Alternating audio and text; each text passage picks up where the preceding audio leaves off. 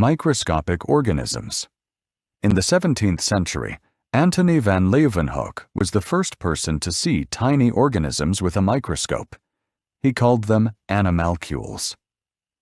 Later, scientists in the 18th and 19th centuries named these animalcules bacteria and protozoa. This was the beginning of the sciences of bacteriology and protozoology, the studies of microscopic organisms. Bacteriologists and protozoologists have studied these organisms for many years, but they find it difficult to classify them. Scientists cannot classify some of these microscopic organisms in the plant or animal kingdom, so they put them into another kingdom, protists. Some protists are like animals. They do not have chlorophyll, and they cannot make their own food. These protists get their food from other organisms. Other protists are like plants. They have chlorophyll, and they can make their own food. They usually live in water. Both animal and plant-like protists provide food for other plants and animals that live in the water.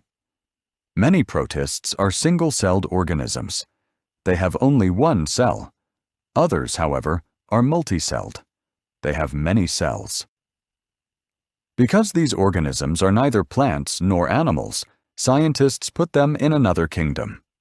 Bacteria are also difficult to classify in the plant or animal kingdoms. They have only one cell, but the cell does not have a nucleus. It contains only a cell membrane and a cell wall. Bacteria cannot make their own food. They must get the food from other organisms. Some bacteriologists classify bacteria separately in the Onlara kingdom. Another microscopic organism is the virus. It is much smaller than protists or bacteria. Scientists can see it only with the electron microscope. A virus is not a cell. It is simpler than a cell. It does not have a cytoplasm or a nucleus. It has a cover of protein, and inside the protein, there is reproductive material. This reproductive material helps the virus reproduce. It makes more viruses. The virus reproduces only when it is inside another cell. When it enters another cell, it begins to reproduce. It makes more and more viruses inside the cell until the cell breaks open and the viruses go into other cells. For this reason, scientists have difficulty classifying it as living or non-living. Outside another cell, the virus is inactive. It does not become active and reproduce until it enters another cell. Although we cannot see them, microscopic organisms are everywhere.